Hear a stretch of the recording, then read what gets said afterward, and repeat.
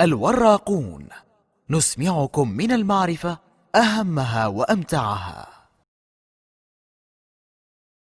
نأتي الآن إلى الجزء الثاني من حكاية الخيالية، دور الفلاسفة. لقد قلت الفلاسفة، ولكن الناس الذين في ذهني يختلفون في جوانب كثيرة عن أساتذتنا. فطاليس على سبيل المثال الذي لقب بالفيلسوف الأول كان أحد مواطني ميليتوس المرموقين، وهي مرفأ على الساحل الغربي لآسيا الصغرى. قدم طاليس نصائح سياسية لمواطني بلده، ويبدو أنه كان على اطلاع بعلم الفلك، ومات وهو يعمل في سوق عصر الزيتون، وعمل من حين لآخر مهندسا. انتبهوا، فنحن لا نملك أي دليل على هذه الأحداث، كل ما لدينا مجموعة شائعات ربما بدأت منذ أن كان طاليس حيا، ولكننا نعلمها من سجلات ظهرت بعد جيلين لاحقين. يخبرنا أفلاطون بالقصة التالية: أثناء مسير طاليس وعيناه تنظران إلى النجوم، وقع في حفرة، فسخرت منه فتاة ريفية واقفة عن قرب، وقالت مندهشة: طاليس الحكيم، قد تكون منشغلا بالسماء، ومع ذلك تجهل ما تحت أنفك.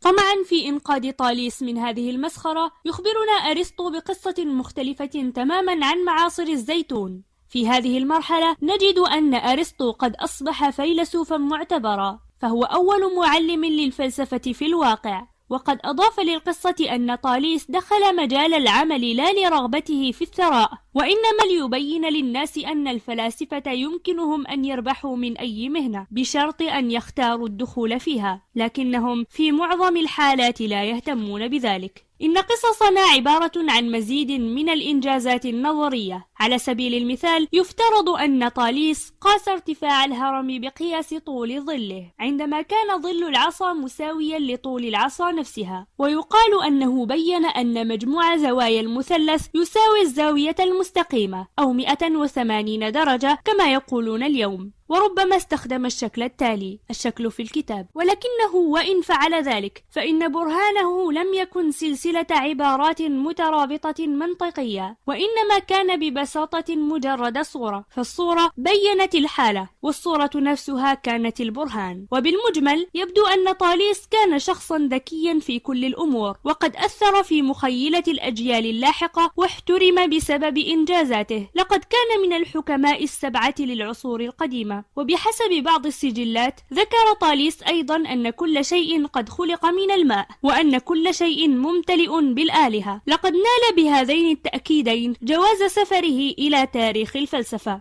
اعتبر أرسطو، والذي بدوره قدم مفهوما عاما للجوهر، طاليس صاحب سبق وشخصا ماديا ساذجا ذهنيا. فعند أرسطو افترض طاليس أن الماء فقط هو جوهر الأشياء، ثم انطلق مؤرخو الفلسفة اللاحقون من هنا. وقد أفرد جوثري في كتاب تاريخ الفلسفة القديمة ذي المجلدات الستة فصلا خاصا لطاليس.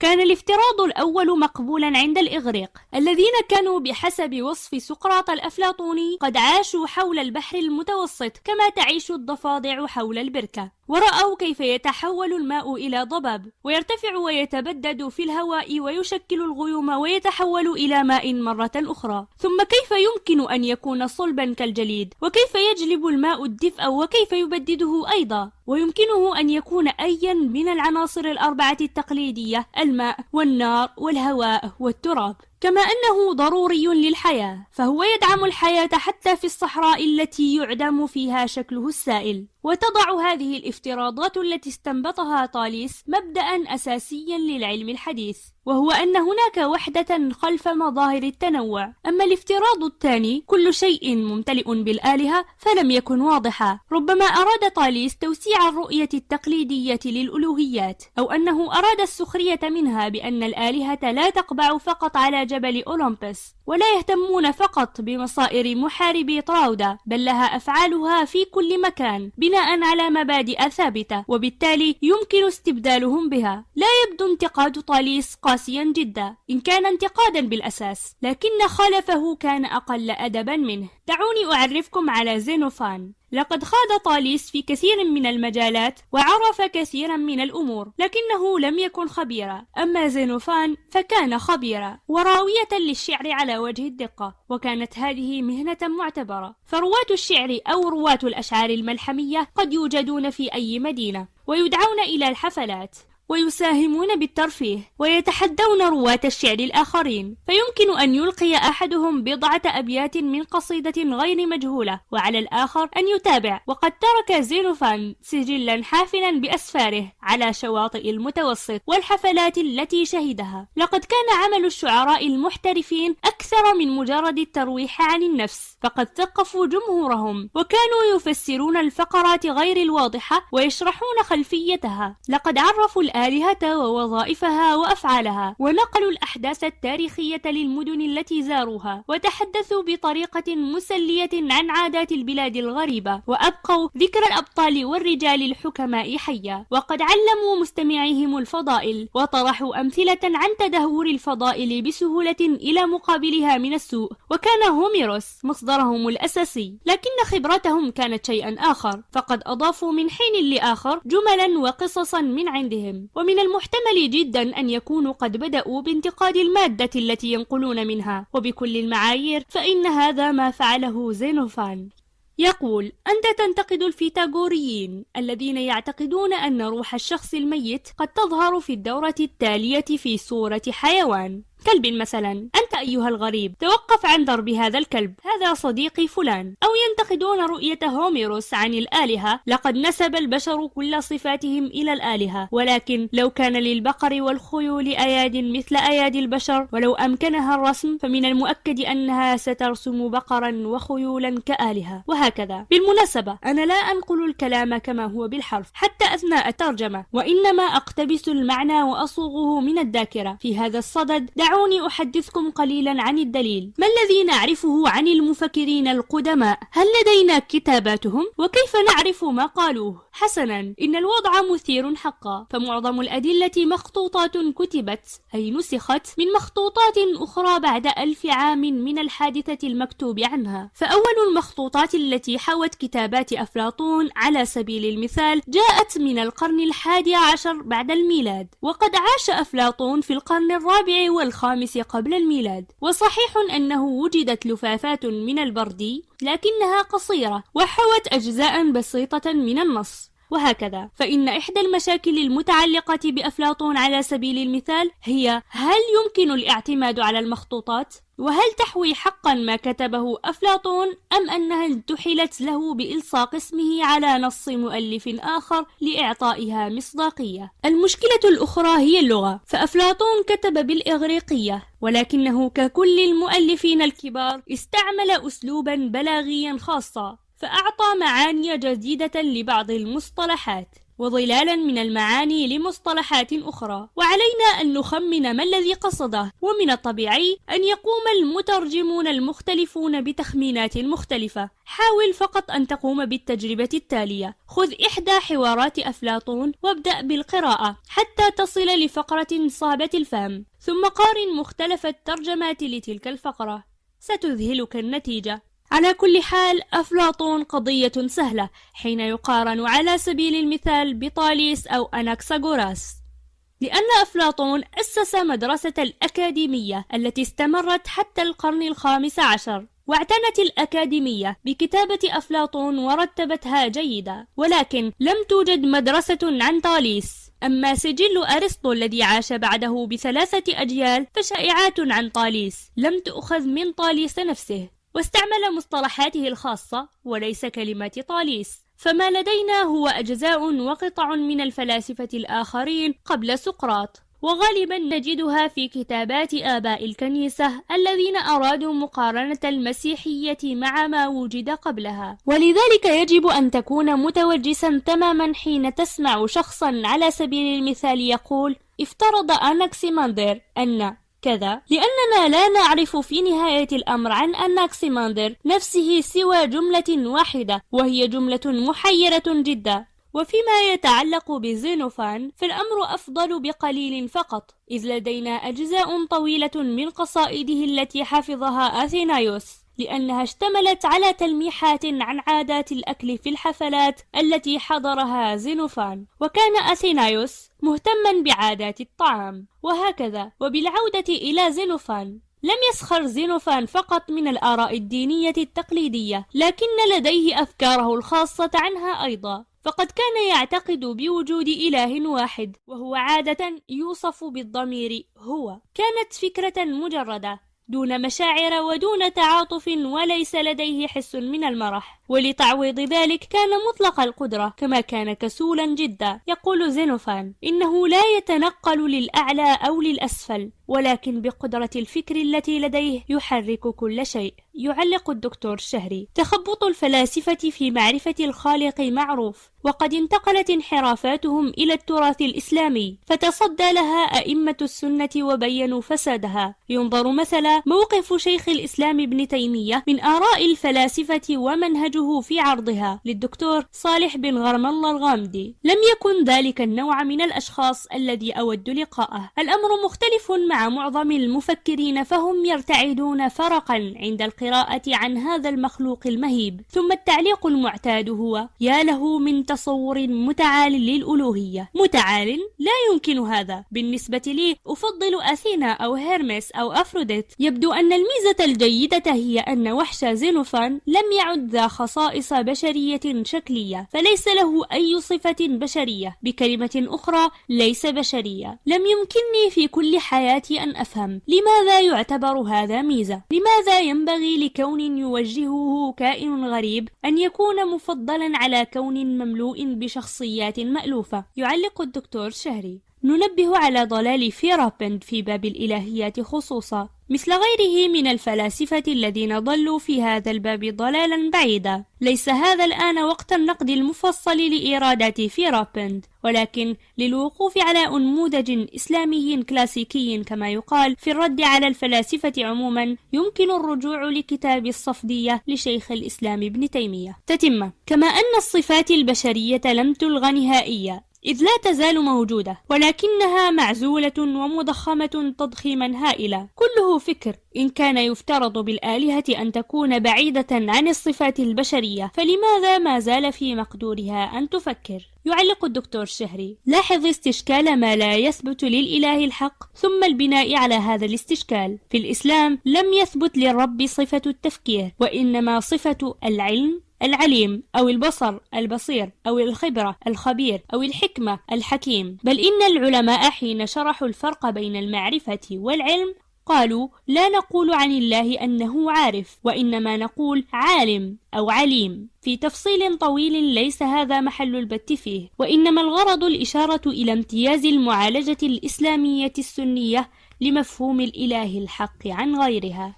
تتمة: أيا كان الأمر، فإن الشؤون البشرية والشؤون الإلهية أو الحياة الإنسانية وبقية العالم لا ترتبط ببعضهما إلا قليلا. إن الانقطاع الذي ناقشته في البداية بدأ يظهر نفسه. ذهب الفلاسفة المتأخرون مثل بارامندس إلى أبعد من ذلك بكثير، وأكدوا صراحة أنه مقارنة مع الكينونة العظمى عند بارامندس حلت محل الوحش عند زينوفان. أكدوا وجود الإنسان مجرد وهم لا حقيقة له. يعلق الدكتور الشهري: ينتشر هذا التصور عند غلاة الصوفية، فالإنسان الكل شيء سوى الله، لا حقيقة لوجوده مقارنة مع وجود واجب الوجود. تتمة: والملفت للنظر حاليا هو الطريقة التي انتشرت بها هذه الآراء، فأصابت عدواها كل العالم. بداية انتشرت عند الناس ذوي التأثير، ولم يتفق هؤلاء الناس دوما على هذه الآراء، ولكنهم درسوها وكتبوها في سجلات ونقحوها، وبهذا الأسلوب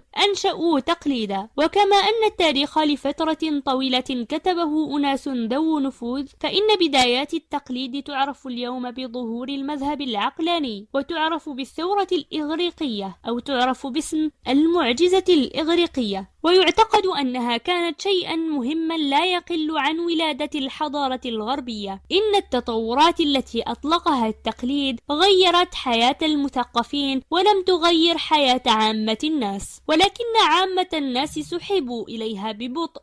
سواء أرادوا ذلك أو لم يريدوا. إن تفاصيل العلم الدقيقة التي تدفع بإلحاح نحو الموضوعية objectivity ترتبط جميعها بطريقة ما بهذه الثورة البعيدة. ولنتذكر الفقرة التي اقتبستها من مونو، فالعالم كما يراه العلماء عموما منفصل عن الأحداث غير المهمة على هذا الكوكب، بل والبشر كما يراهم العلماء خاصة علماء البيولوجيا الجزيئية منفصلون عما يخبرونه عن أنفسهم مباشرة ككائنات. وبالنسبة لكثير من الكتاب لا يبدو هذا الفصل صدفة، أي ليس أمرا قد انزلقنا إليه بلا وعي منا، فيفترضون أنه عمل أفراد مميزين نقحوا أفكارهم وطرائقهم في سبيل محاولتهم لفهم ما يحيط بهم، واستكشفوا بالنهاية الطبيعة غير الإنسانية للواقع. لكن هناك الكثير من الأسئلة التي يمكننا طرحها. هل كان من الخير أن يحول الفلاسفة القدماء الآلهة التقليدية إلى فكرة أو إلى نار أو إلى موجودات محددة لا تتغير؟ هل كان التغيير الذي أوصوا به قد نشأ عنهم، أو أنهم انجروا وراء قوى لم يلاحظوها ولا يمكنهم السيطرة عليها؟ وإن كان هذا ما حدث، فما هي هذه القوى؟ وهل يمكننا أن نحرر أنفسنا من تأثيرها، أو نستطيع أن نعدلها بحيث تخدم أمنياتنا؟ وفي هذه الحالة الأخيرة ما هي أمنياتنا؟ هل يجب أن ندعم تداعيات تشتت الحياة هذه ونرحب بالاستبصارات التي جاءت معها، أم يجب أن نبحث عن ما هو أفضل؟ هل ما نفكر فيه مهم فعلا؟ من المحتمل أننا عالقون في عصرنا وكل ما نرجوه هو أن يجلب القدر مستقبلا أفضل، أم أن العرض الذي قدمته يا ترى كان خاطئا من الناحيتين التاريخية والفلسفية؟ بغض النظر عما تعنيه هذه الكلمة تبرز كثير من الأسئلة، ولا نية عندي لأجيب عنها. ما أريد فعله هنا هو تقديم مادة للتفكر والتساؤل، وهناك كثرة وافرة من هذه المادة. لنبدأ بالفقرة التاريخية التي أتحدث عنها. لم تحتوي هذه الفقرة على فلاسفة فقط، بل كان فيها شعراء وسياسيون وشخصيات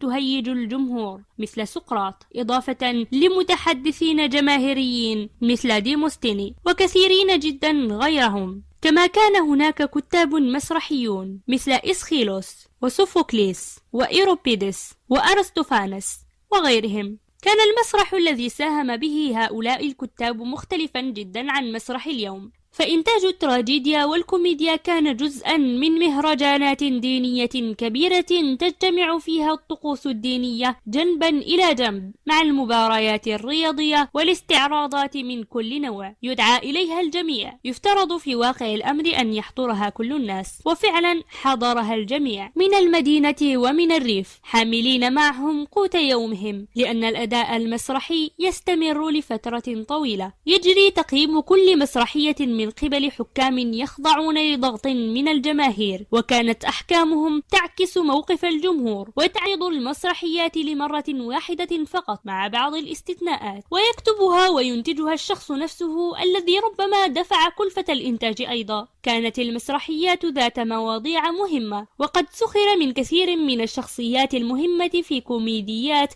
أرسطوفانس. وكانت الخطوط العامة لمعظم تراجيديات معروفة جدا، سواء لهوميروس أو لغيره من الشعراء، ويعرف الناس ما يتوقعون وجوده، كما كانوا يفهمون ماذا قصد المؤلف عندما ينحرف عن ما جرت به العادة. لقد فهموا الرسالة فتعجبهم حين، وفي أحيان أخرى كان المؤلف يغرم أو يعاقب لتذكيره الناس بأحداث أليمة. ونتيجة لوضع المسرح في مركز ديمقراطية مباشرة، كانت هذه المؤسسة واحدة من أفضل أدوات التعليم التي وجدت على الإطلاق. لقد علمت الناس عبر تحديهم للتفكير وليس بضربهم، وجعلتهم يفكرون عبر التوجه إلى أحاسيسهم ومشاعرهم وليس إلى أدمغتهم فقط. يعلق الدكتور شهري: تعد الفيلسوفة الأمريكية المعاصرة مارثا نوسباوم من أهم من كتب عن مركزية العاطفة في الفلسفة ومشكلات إقصائها في الخطاب الفلسفي، ابتداء من العصر اليوناني إلى اليوم.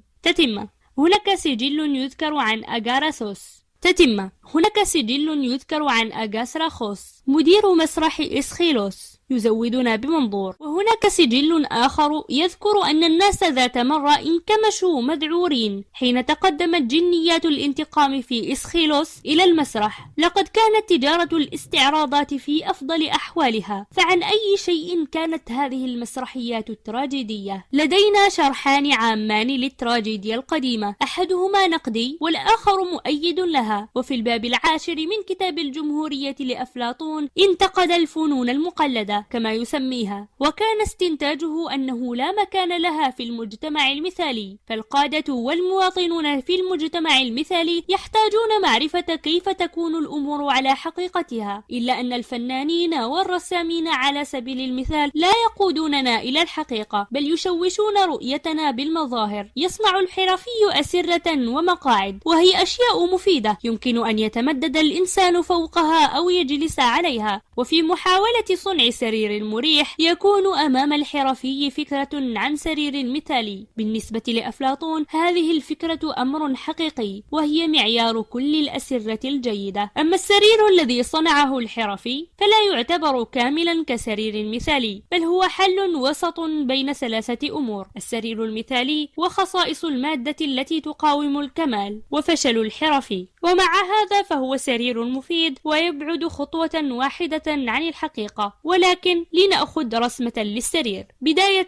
لا يمكنك بالتأكيد عمل أي شيء بها، لا يمكنك الجلوس عليها، وبالتأكيد لا تستطيع النوم عليها لليلة هانئة، فليس لها وظيفة مفيدة، كما أنها نسخة عن نسخة من الشيء الحقيقي، أي أنها انزاحت بمرحلتين عن الحقيقة، فهي وهم عملية. أما المسرح فله مساوئ أكثر، إذ يثير المشاعر، والمشاعر تحجب الفكرة الصافية، والفكرة الصافية هي التي نحتاجها لبناء وصيانة مجتمع جيد. كما أن المسرح يعلم النوع الخاطئ من السلوك، فالناس تعترض على سوء الحظ وتستمر بالاعتراض بدلا من المحافظة على الصمت. يعلق الدكتور الشهري: الاعتراض والتسخط مع ضعف النفس وقلة الصبر من أبغض الأمور للفلاسفة الرواقيين الذين سيأتون بعد أفلاطون، وبلغت فلسفتهم ذروتها في كتابين مهمين إلى جانب كتب أخرى من كتب الفلسفة الرواقية، وهما كتابات وخطابات إبكتيتوس وتأملات ماركوس وأوريليوس. تتمة. واستنتج أفلاطون أن المجتمع المثالي يجب أن يمنع المسرح، ولكنه أضاف، وهنا مجددا أذكرها بالمعنى: لقد أسرني الشعر ذات مرة، وأدعو المفتونين بسحره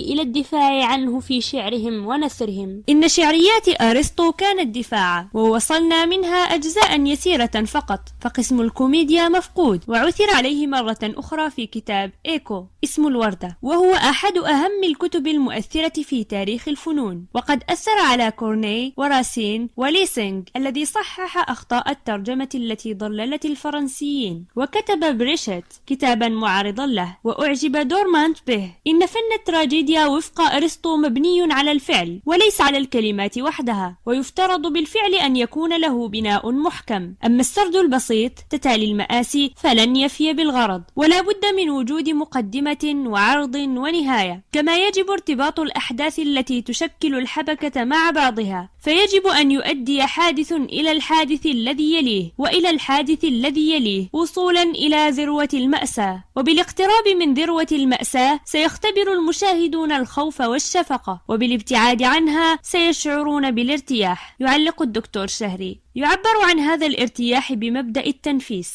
أو تطهير تهذيب العواطف، وهو تقنية نفسية علاجية أساسية في التقليد الأرسطي الذي اتخذ صورا مختلفة ومتجددة في فنون المسرح والأدب إلى يومنا الحاضر. تتمة. ونتيجة لبناء التراجيديا بهذا الشكل فقد حملت وظيفتين، فخلال بناء الحبكة تكشف ما يمكن وما يجب أن يحدث، واليوم نقول أنها تكشف القوانين الاجتماعية. ولهذا السبب وفقا لأرسطو يعتبر الشعر أكثر فلسفة من التاريخ، فالتاريخ يخبرنا بما حدث حقيقة. والوظيفة الثانية لفن المأساة هي وظيفة علاجية كما يقول بعض الناس، فهو يعزز تأثير القوانين الاجتماعية على العقل البشري، وهو نوع من عملية غسل الدماغ، وذلك بإثارة العواطف السلبية القوية. الخوف والشفقة، ثم تحرير هذه المشاعر بحيث يثبت ما حدث خلال هذا التحرير. تستعمل طقوس البدء طرقا مختلفة لإنشاء المشاعر السلبية وتحريرها، وتضيف الرسالة التي ستثبت في الوعي من الخارج. ووفقا لوصف أرسطو لفن المأساة، فإنها الرسالة التي تنشئ المشاعر ثم تعززها، ولا يستطيع المرء التفكير بطريقة أفضل لإبقاء الناس ملتزمين بالمجتمع الذي يعيشون فيه. ولكن هل كان هذا الأسلوب عند فناني التراجيديا أنفسهم؟ لا، لم يكن كذلك. ولرؤية هذا لننظر في مأساة حقيقية، وهي ثلاثية اسمها أورستيا لمؤلفها أسخيلوس. القصة الرئيسية هي أن أغامينون القائد الإغريقي في تروي قتلته زوجته كليتمنسترا وعشيقها أغيثيوس، ولم يكتفيا بهذا فقط، فلسلبه كل قواه فصلا أعضاءه عن جسده وربطاها حول عنقه، فمن خلال هذا العمل زال كيانه، والانتقام فقط هو ما سينقذ ذكراه. وكان الانتقام مهمة ابنه أورستيس، لقد كان هذا قانونا قديما، ولكي ينتقم أورستيس كان عليه أن يقتل أمه كليتمنسترا، ولكن قتل أمه سيجعله في تعارض مع قانون آخر يحرم قتل أقارب الدم. أمره أبولو بقتل كليتمنسترا، وفعل ذلك، فلاحقته جنيات الانتقام، ثم هرب إلى هيكل أثينا حيث كان ينتظره مصيره. هنا اسمحوا لي أن أقدم تعليقين. الأول، أن الحبكة تكشف تناقضا أصيلا في القوانين الاجتماعية في ذلك الوقت، ونجد التناقض في نقاش غير مباشر. الفعل ألف قتل قتلة أبيه ممنوع، وبالتالي الفعل ألف مطلوب، ولكنه ممنوع بنفس الدرجة. فلدينا هنا مفارقة، وإن البناء الشكلي لهذه المفارقة يشبه البناء الشكلي لمفارقات لاحقة، مثل مفارقة روسيل عن مجموعة جميع المجموعات التي لا تشمل نفسها كعناصر، وتستعمل نفس الشكل من التفكير المنطقي من المقدمة إلى الاستحالة والرجوع إلى نقض المقدمة أي الفرض. وهذا نوع معقد من الاستدلال دخل الرياضيات منذ فترة قريبة، ويقول بعض المؤرخين بأن المحرك الأول له كان باراميندس. إن تعليق الثاني أن هذا البناء المجرد المذهل متضمن ومخفي تقريبا بشبكة معقدة من الأحداث. على سبيل المثال، أغامينون ينتمي إلى البيت الملعون أتروس، وربما كان موته جزءا من اللعنة. وهل تدوم اللعنة إلى الأبد؟ بالإضافة إلى أن أغامينون قد ضحى بإفيجينا ابنة كليتمنسترا لإرضاء الآلهة، كما أنه خان كليتمنسترا، فكان لديها المبرر لكراهيته واحتقاره. تشكل جميع الأحداث والميول الشخصية والتاريخية والاجتماعية والبنية المجردة قصة خاتمتها مروعة عن مصير أفراد وأجيال ومدن بأكملها. بالعودة إلى المسرحية، فإن أورستيس المحاط بالجنيات في هيكل أثينا ينتظر حل قضيته بطريقة أو بأخرى، وتصل أثينا وتجهز لمحكمة استماع أمام مجموعة من مواطني أثينا. لاحظوا أن دور هذه الآلهة بالتحديد لم تقرر الحكم في القضية نفسها، بل دعمت مكانة مؤسسة في المدينة تحمل اسمها لتترأس المحاكمة، وتركت القرار إلى الأعضاء. نحن هنا بعيدون جدا عن هوميروس، وبعيدا عن إله زينوفان الوحش الكسول. تستجوب أثينا أورستيس وأبولو والجنيات، ثم تأتي سلسلة من عبارات قصيرة تظهر كيف تدار النقاشات والحجج في ذلك الوقت. يقوم أحد الفريقين بقول عبارة لها مقبولية محددة، وينكر الفريق الثاني العبارة باستكمال أقوال عامة أو أبيات معروفة من الشعر لها مقبوليتها أيضا. وما يقرر القضية هو التوازن بين مقبوليتي العبارتين، وليس الحقيقة المجردة التي يصل إليها الخبراء فقط. وكان السؤال المطروح أمام هيئة المحلفين: هل كانت كليمنسترا والدة أورستيس من أقرباء الدم؟ قالت الجنيات نعم، في حين قال أبولو لا، المرأة وعاء لبذرة الرجل الذي بعد بذر الرجل للطفل ستحمله. ويظهر أن وجهة نظر أبولو جديدة، فهي قانون زيوس الجديد، ويتجاوز القانون القديم للجنيات. وبعد النقاش حصل التصويت، وكانت الأغلبية بصوت واحد للجنيات، فأضافت أثينا صوتها لصالح أورستيس، وهي قد ولدت دون أم من جهة زيوس، مما يعني أن أورستيس سيطلق حرا. ويبدو أن قانون زيوس قد انتصر، ولكن تقول أثينا للجنيات لا، أنتم جزء من تاريخ مدينتنا وستبقون جزءا من مستقبلها، والقانون الجديد لا يستبدلكم ولكن يشارك السلطة معكم، مما يعني أنه من الآن سنعتبركم بركة مثل الخيرين من إيوماندس. حسنا، ليس من المنطق التحدث عن مثل هذا العمل بمصطلحات مجردة، وما عليك فعله هو أن تقرأ الثلاثية الشعرية، أو من الأفضل أن تحضر عرضا لها، بشرط أن لا يكون من يخرجها أحد المجانين الذين يرغبون بظهور أسمائهم في الصحف، إنما منتج عميق التفكير ينتبه تماما لكل العناصر في النسيج الشخصي والمؤسساتي والإلهي والمجرد. وكيفما كان فإن أسخيلوس لا صلة له بما يقوله أفلاطون أو أرسطو أو أي فيلسوف آخر عن المأساة، فهو يعرض عملا ورواية سياسية دينية وطقسا دينية مع رواية سقوط منزل أوشر، إضافة لنقاش بيولوجي وجدال منطقي، كلها في وقت واحد. أما سوفوكليس فهو مختلف تماما، ففي أورستيا نجد أن الدعم الإلهي كان لمؤسسات المدينة، أما في مأساة أنتيغون لسوفوكليس فتستمر الآلهة بممارسة ألاعبها غير العقلانية، ويعاني البشر نتيجة ذلك، فمن منهما الصحيح؟ وكيف يمكننا تحديد ذلك؟ يبدو أن هناك تقدم، ولكن هناك أيضا معاناة لا معنى لها. القصة هنا عن رجل يعاقب عبده بتركه في حفرة ويموت العبد، ولم يقصد الرجل أن يتسبب بموته، ولكن هذا ما حدث، ويخبر ابن الرجل السلطات بذلك، مما يضعهم في مشكلة. كيف يقررون مصيره؟ فيعتقد جانب منهم أن كل شيء بيد الآلهة، ويقولون حدث هذا وفقا لإرادة الآلهة، ويعتقد الجانب الآخر الذي يعكس موقف أفلاطون أن الآلهة لا تتصرف اعتباطا، وإنما وفق قوانين عادلة. صحيح أنه عند هوميروس لا تكون الآلهة هي السلطة النهائية، فهناك سلطة أعلى من النوع المجرد، ويصف أفلاطون هذه السلطة بما يجعل الآلهة لا قيمة لها. ولكن هذا يعني أن معاناة البشر ليست بعد الآن نتيجة نزاع يقع من العالم نفسه، فمعاناة الإنسان لا تعكس تناقضا أساسيا في العالم وفي الوجود الإنساني، وإنما تعكس فقط الجهل والغباء والجشع، وكلها ارتباطات يمكن تجنبها. كما أن القوانين التي تفرض على كل من الآلهة والبشر تشكل نظاما مجردا مثاليا ومجددا يفصل بين حياة الإنسان والحقيقة فجوة كبيرة، وهي الغباء وعدم الانتظام هنا، ونظام مثالي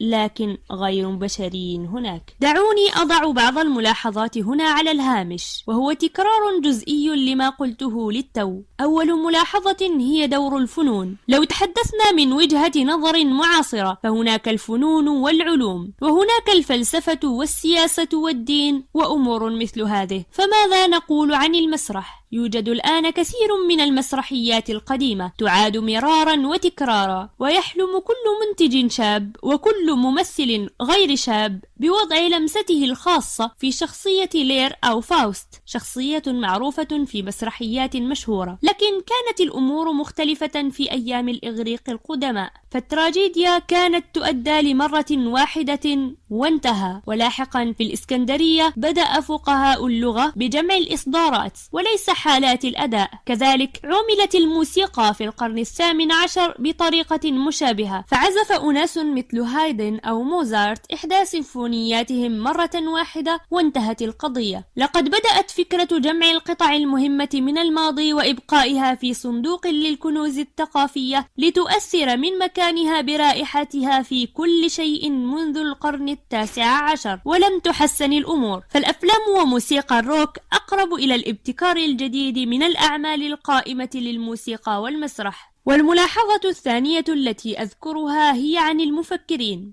سأتحدث كثيرا عن هذه الطيور لاحقا، أما الآن فسأذكر بضعة نقاط. كان زينوفان وأفلاطون مفكرين، بمعنى أنهما عكفا على نوع من التفكير الذي تصادم مع ما يجري حولهما. حسنا، إن كتاب التراجيديا كانوا أيضا مفكرين بطريقة ما، ولكن يوجد فرق كبير بينهم وبين الفلاسفة. فالفلاسفة يقرأ لهم بعض الناس وشعروا أنهم فوق نقادهم الأدنى ثقافة، أما كتاب التراجيديا فيراهم كثيرون ويشعرون بضرورة أن يرضوا جمهورهم، وأعادوا كتابة مسرحياتهم غير الناجحة وجربوا مسرحيات جديدة آملين بأنها ستكون نسخا أفضل من سابقاتها، ولكن هذا لم يحولهم إلى مقلدين متزلفين للموضة. تعليق للدكتور شهري: في هذا رسائل مهمة عن طبيعة تأثير الإعلام المعاصر ووسائل التواصل الاجتماعي اليوم واستغلال بعض الرموز لها أيا كان مشربهم، مما يعني أنه وإن اختلفت الوسائل إلا أن الوعي بأهمية هذه الطريقة في التأثير الجماهيري حاضر منذ عصر اليونانيين إلى عصر الإنترنت، ولكن يبدو أن هناك فارقا ملحوظا، وهي إشارة المؤلف إلى ظاهرة المقلدين المتزلفين للموضة، والتي أراها سمة واضحة في هذا الزمان. تتمة: بل على العكس من ذلك، فانطلاقا مما كان شائعا للجميع حاولوا دفع جمهورهم بطريقة كانت مفهومة للجميع إلى منطقة جديدة مجهولة المعالم. صدقني إن هذا الأمر أصعب بكثير من أن تفهم شيئا لوحدك ثم تعرضه على جمهور يحملون اعتقادا بأن من واجبهم فهم المعاني العميقة عند قادتهم المفكرين. النقاش: سؤال: هل تؤمن بالله؟ يجيب فيرابند: لا أدري، لكنني حتما لست ملحدا أو حتى لا أدريا مغرورا. نحتاج عمرا كاملا لنعرف هذه الأمور. لدي إحساس بوجود شيء علوي في مكان ما هناك، وأنا أبحث في هذا. يعلق الدكتور شهري: كان يسع كثيرا من ملاحدة العالم عموما وملاحدة العرب خصوصا مثل هذا الموقف الذي وقفه فيرابند على الأقل. سؤال: ما رأيك في فكرة النظام الطبيعي أو الكوني الذي يأتي من الفكرة العامة للنظام القانوني أو الاجتماعي؟ يجيب فيرابند: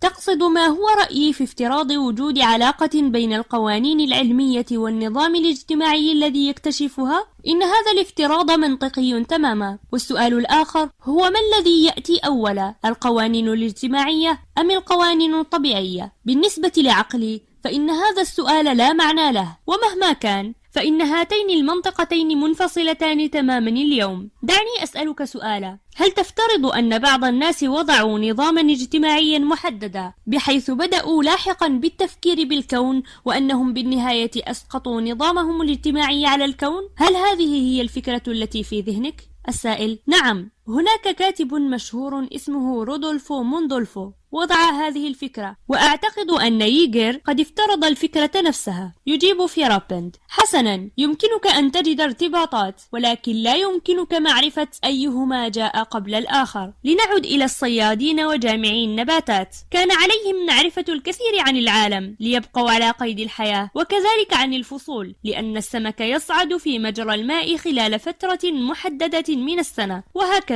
ولمعرفة الفصول كان عليهم معرفة شيء عن حركة الشمس، وقد وجدت نقوش على عظام تعود إلى 30,000 عام، وهذه النقوش لها علاقة بدورة القمر، والظاهر أن الأيام كانت تحسب بالقمر في حين كانت الفصول تحسب تبعا للشمس. هل تلقوا هذه الفكرة من البنية الاجتماعية التي عاشوا فيها؟ حسنا، لم يكن لدى الصيادين والجامعين أي بنى اجتماعية ثابتة، ومع هذا كان لديهم بعض الأفكار عن الفلك، وكان عليهم ترتيبها للبقاء أحياء. لذلك أعتقد أن القول بأن البنية الاجتماعية عندهم هي التي جعلتهم فلكيين هو قول خاطئ نوعا ما، لأن كل فرد مهما كانت بيئته الاجتماعية التي ينتمي إليها عليه أن يعرف الجغرافيا والفلك وغيرها حتى يستطيع البقاء على قيد الحياة. موندولوف لا أعرفه، أما ييجر فقد قرأت عنه ونسيته. ولكن السؤال ليس ما قال هذا المؤلف أو ذاك،